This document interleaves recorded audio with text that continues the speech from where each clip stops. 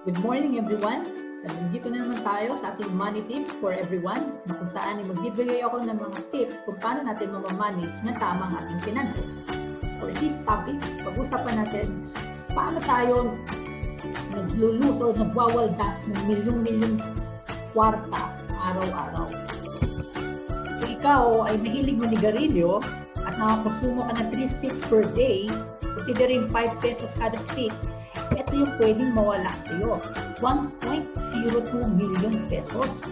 Kung i-invest mo na lang sana siya sa isang investing instrument na kayang kumita ng 10% interest annually for 30 years. Kaya ang tip ko sa iyo, mag-candy ka na lang muna. Milyonaryo ka na, healthy ka pa. Sa mga millennials dyan na mahilig mag-milk tea, nakakonsumo ng twice per week sa milk tea, considering 100 pesos per order, you lose the chance to earn 1.8 million pesos. Kung in-invest na lang sana siya. I suggest, mag-timpla na lang kayo ng Burr brand. Okay, sa bahay. Sa mga mahilig mag-Starbucks dyan, once per week, considering 165 pesos per order, you lose the chance to earn 1.4 million pesos. Grabe. Diba?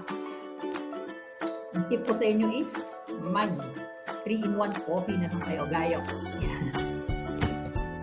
Yan. Sa mga mahilig mag-online shopping dyan, taas-taas ang kamay. Diba? Lalo na nitong 10-10 festival. Kung ikaw ay nag-average na 250 pesos per transaction ng online shopping, you lose the chance to earn 2.26 million, guys. Grabe. Kung in-invest mo na lang sana siya.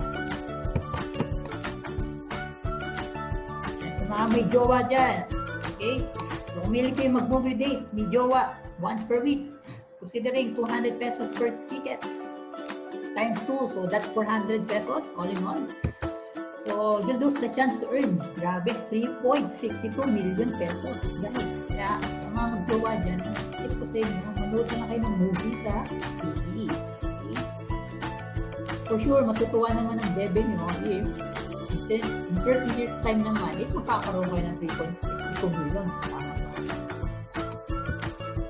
All in all, guys, ito yung pwedeng mawala sa inyo. 10.2 million pesos. Okay?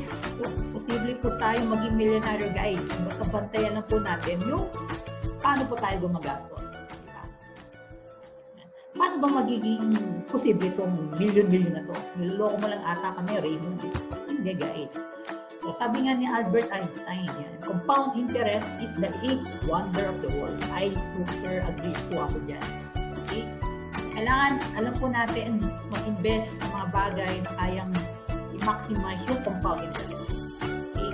At sa susunod pong vlogs natin, tuturuan ko po kayo ng isang investing instrument na kayang i-maximize ang power of compounding na yan. Okay guys, kita po ulit tayo. Ito po ulit si Raymond Cruz ng Money Tips for Everyone. Let's see you in our next vlog.